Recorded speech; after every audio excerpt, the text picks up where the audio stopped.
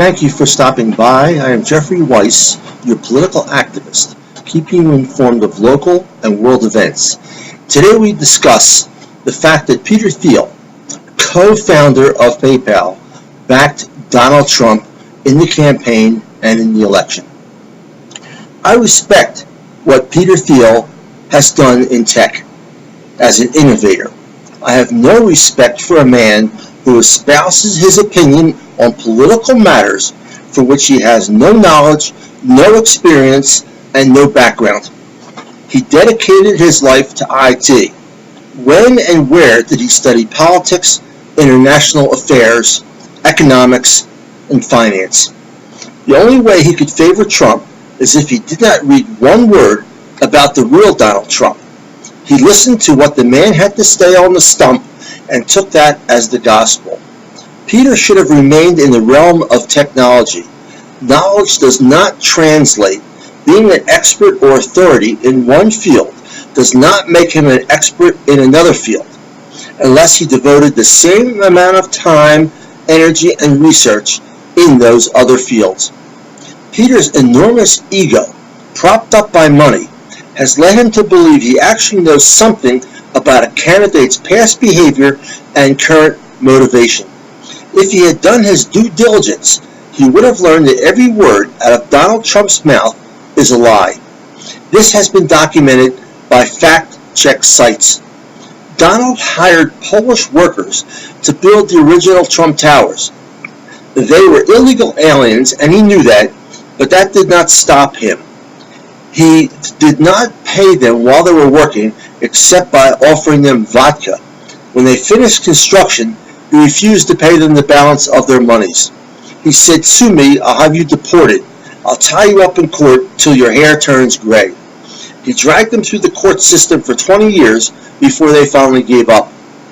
He built a golf course in Scotland where he promised to maintain the sand dunes and natural landscape that had been there for thousands of years.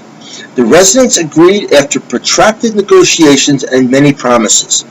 The day after they signed away their rights, he had bulldozers take down all the natural habitat. Donald Trump bought Eastern Airlines shuttle division for $380 million. He believed that by putting gold plating on the chrome armrest and bathroom door handles, he could not only make money where Eastern could not, but then charge more money per seat.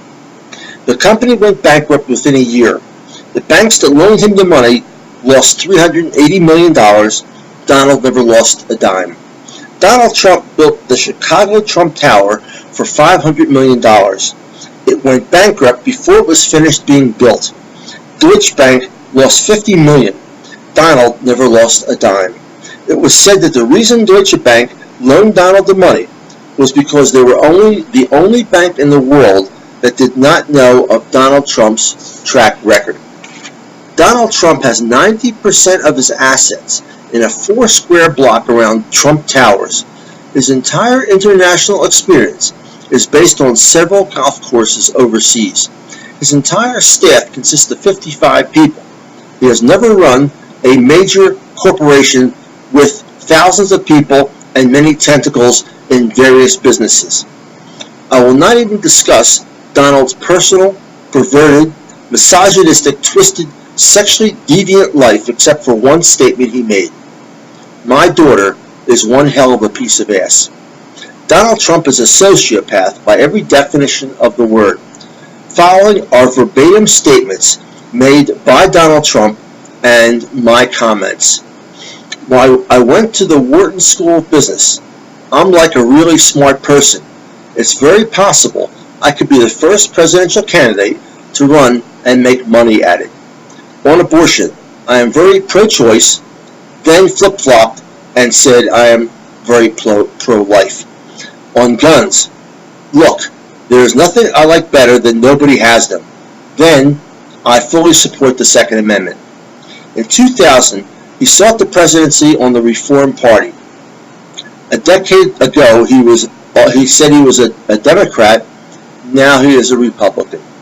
He used loopholes in the tax system to avoid paying taxes for 20 years, stating, "That's just good business." Religion. I am strongly into the Bible. I am strongly into God and religion. When asked to quote any scripture, he could not quote one. On wealth, I have net worth of much more than $10 billion. According to Forbes magazine, it's $1.9 billion. I am a self-made man.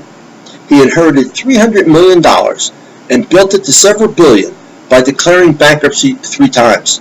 He would be worth more today if he invested the $300 million in treasury bills or money market account than he has with all his underhanded wheeling and dealing. Foreign policy. I will crush ISIS and take the oil. He forgot to mention how many body bags would be needed, something he left out. I am a better negotiator than all the dummies who represent our country. Geopolitics is no harder than selling property. Every country that does business with us is ripping us off. The money China took out of the U.S. is the greatest ripoff in the history of our country. In fact, China has bought $4 trillion of our treasuries, keeping our country from going bankrupt. I will withdraw all military support for our allies in Asia, South Korea, Japan, and the Philippines.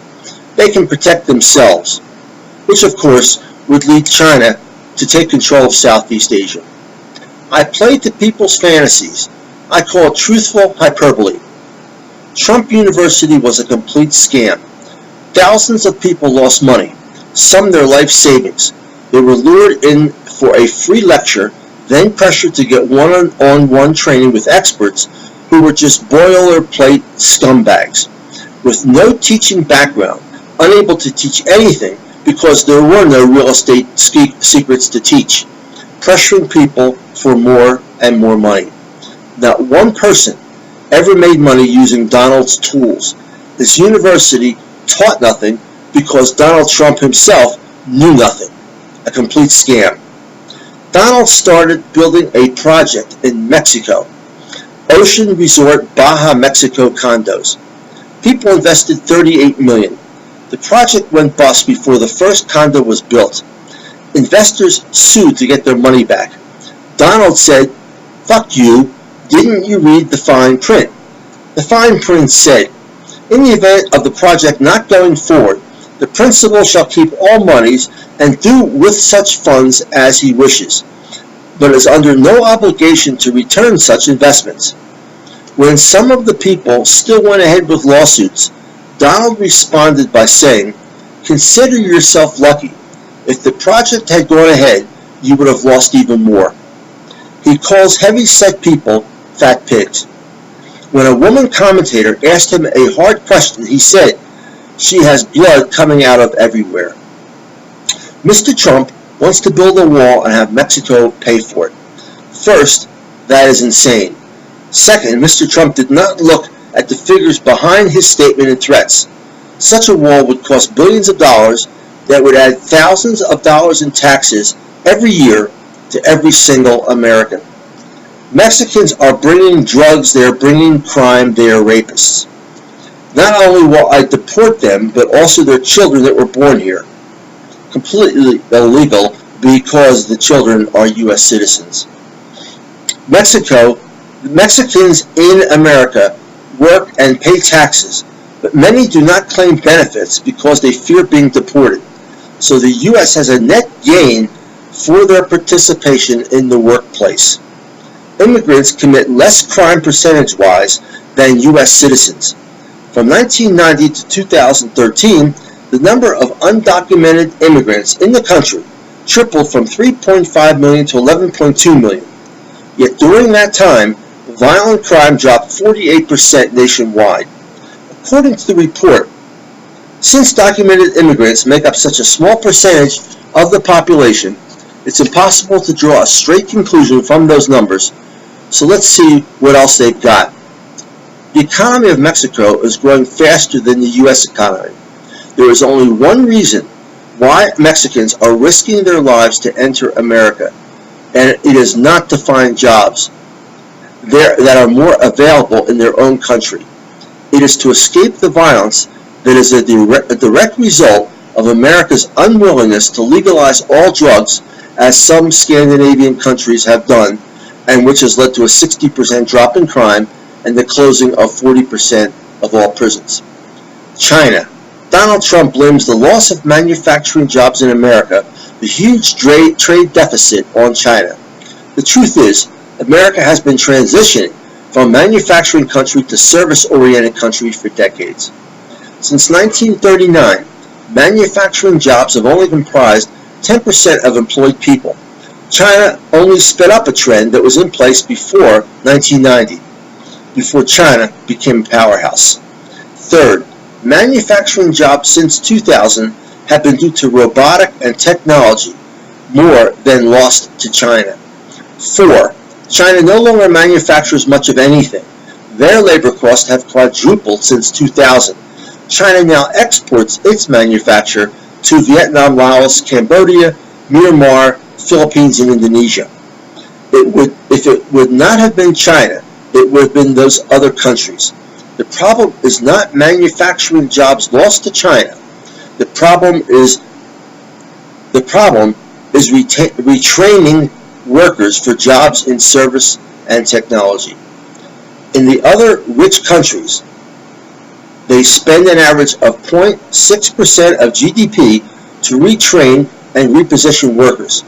In America, we spend 0.1% of GDP on the same efforts.